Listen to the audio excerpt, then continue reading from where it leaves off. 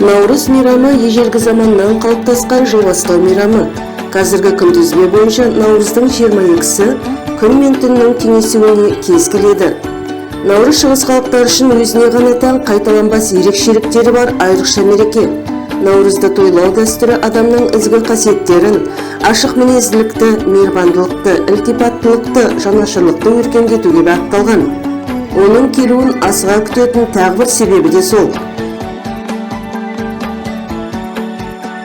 Парсы тілінде Наурыз жаңа күн деп аударылады. Түркі халықтары заманауи қазақтардың ата-бабалары Наурыз мейрамында ақ киімдерін киіп, шаштарын қырып алып тастайтын. Бұл күні тұрғындар бұлақ, бастау, су қоймасы мен құдықтардың бетін ашып тазартады. Сондай-ақ мейрамда үйде міндетті түрде қымыз, шұбат, сүзбе секілді дәм тататын сүт тағамдары, яғни ақ болу керек. Егер сүт болмаса, ыдыс-аяқты бұлақ суымен толтырып қоятын болған. Олар осы күні жаңа жылдық дастарханның сәнін келтіретін міндетті тағам Наурыз көже дайындайды.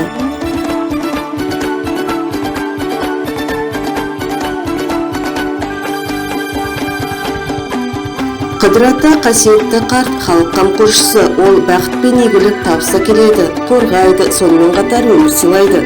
Наурыз күні ол барлық жерді аралап, әрбір үйге кіріп, тұрғындардың бәріне батасын береді. Сол себептен оны әрбірі күтумен болады. Бұл күні ағаш отырғызылып гүл егіледі. Наным бойынша ондай үйлерге Қыдыр ата міндетті түрде келіп батасын береді. Наурыз тойы көңілдері қуанышты мереке. Қазақстанның кейбір өңірлерінде бұл мейрам Наурыз той деп аталған. Бұл мейрамға келгендердің барлығы үлкен де кіші де міндетті түрде шаттанып, көңілденіп, өзгелердің де көңілін көтеруі тиіс.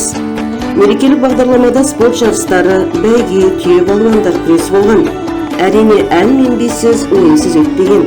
Арнайы ғұрыптық жырлар айтылған, дереу айтыстар ұйымдастырылып, тақырыптап, әзіл қалжың түрінде сөз сайыстырып, жұмбақ жасырған. Үлкендердің жастарға бата беру дәстүрі де бар. Наурыз күні осындай бата алу зор мәртебе саналған. Наурыз көже дәстүрлі ұлттық жылдық тағам. Бұл мейрам күндерінде ас мол дайындалады. Келер жылы молшылық, құт береке болсын деген тілектің көрінісі. Наурыз көже деп аталатын ғұрыптық асты дайындауға зор мән беріледі. Оның құрамына міндетті түрде 7 дәм қосылады.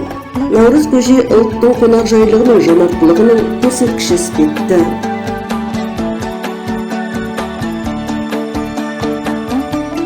Наурыз бата.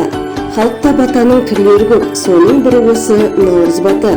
Наурызнама өткізгендерге, осы күнге арнап Наурыз көжеге шақырғандарға, тойда өнер көрсеткен ақын, әнші палуандарға, тағы басқа да өнерпаздарға, жас талапкерлерге, ақсақалдар мен әжелер, ел ағалары бата береді.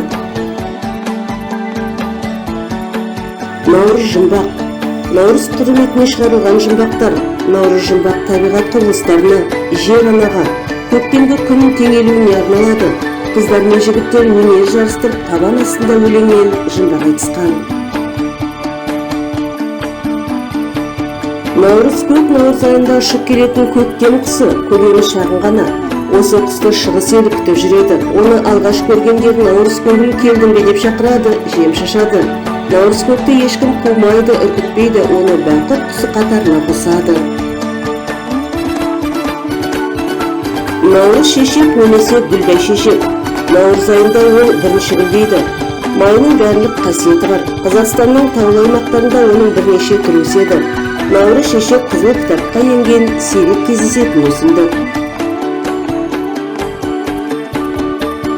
Самарқанның көк тасы деген ұғым Наурыз күнімен тығыз байланысты. Оның бірнеше мағынасы бар. Аңыз бойынша әйгілі астроном Ұлықбектің обсерваториясында сақталған көк тасы болыпты. Наурыздың 22-сі күні тасқа күннің сәулесі түсіп оны жұмсартадымыз. Дәл осы күні бұрынғы өкпе реніштер ұмытылады. Егер ренжіген адам кешірім еткісі келмесе, оған бұл күні Самарқанның көк тасты жібіді, тастан қатты емес шығарсын дейтін болған. Ерте заманда әртүрлі жазаға тартылған қылмыскерлерге қателігін түсініп кешірім сұраса, Наурыз күні оларға кешірім жасайтын болған.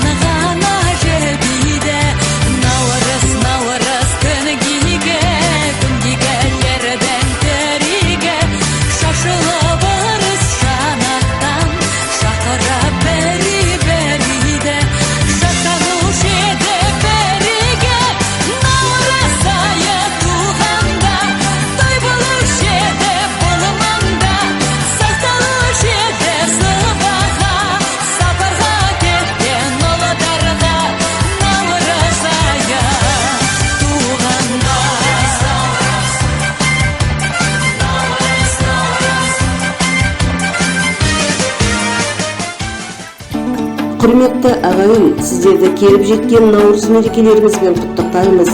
Дендеріңізге саулық, отбасыларыңызға амандық тілейміз.